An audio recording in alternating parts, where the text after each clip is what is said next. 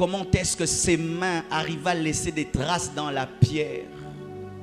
Et quand il criait, alors que Jésus faisait des miracles, il entendait sa voix. Alors qu'il était en train de multiplier le pain, il entendait sa voix.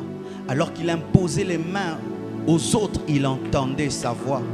Mais peut-être qu'il pouvait dire que Dieu m'a oublié. Dieu ne t'a pas oublié, ton tour n'est pas encore arrivé. Oh, Dieu ne t'a pas oublié, ton tour n'est pas encore arrivé. Car il est dit, avant le miracle de la délivrance du possédé de Gadara, quelque chose s'est passé. Jésus venait de calmer la tempête. Il fallait d'abord qu'il puisse sauver ses apôtres. Lorsqu'il aura fini, il s'occupera de toi. C'est pourquoi, comme on le dit ici à Kinshasa, le panier sur qui l'encore. Mais quand tu vois ton voisin manger, prépare-toi très bien, range ton estomac. Ton tour arrive. Dieu n'a pas fini de bénir. Dieu bénit encore aujourd'hui. Dieu n'est pas fatigué de guérir. Il guérit encore aujourd'hui. Dieu n'est pas fatigué de répandre l'onction. Il oint encore aujourd'hui. Dieu n'est pas fatigué de communiquer des visions et des rêves. Il en donne encore aujourd'hui. Dieu n'est pas fatigué de prendre les gens dans la boue et de les élever. Il élève encore aujourd'hui. Si toi tu es fatigué, Dieu n'est pas fatigué. Mais ton tour arrive. Jésus avait un ministère puissant, mais il n'avait point de publicité.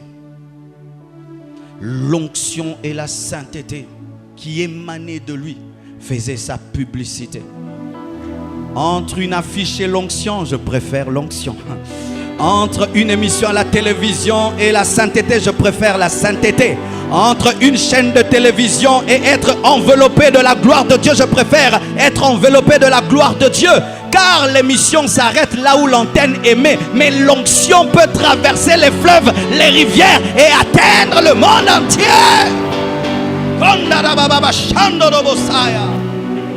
Il met son pied. Et la Bible nous dit, l'homme qui était possédé a vu Jésus. Et il s'est approché. Et quand tu regardes cette scène, tu peux croire que c'est une scène naturelle, que c'est un homme qui a vu Jésus. Mais en soi, c'était les démons qui avaient vu Jésus. C'est pourquoi les hommes souvent ne savent pas traiter ton problème parce qu'ils les traitent superficiellement. Ils pensent que parce que tu parles seul, que tu es seul alors que vous êtes nombreux.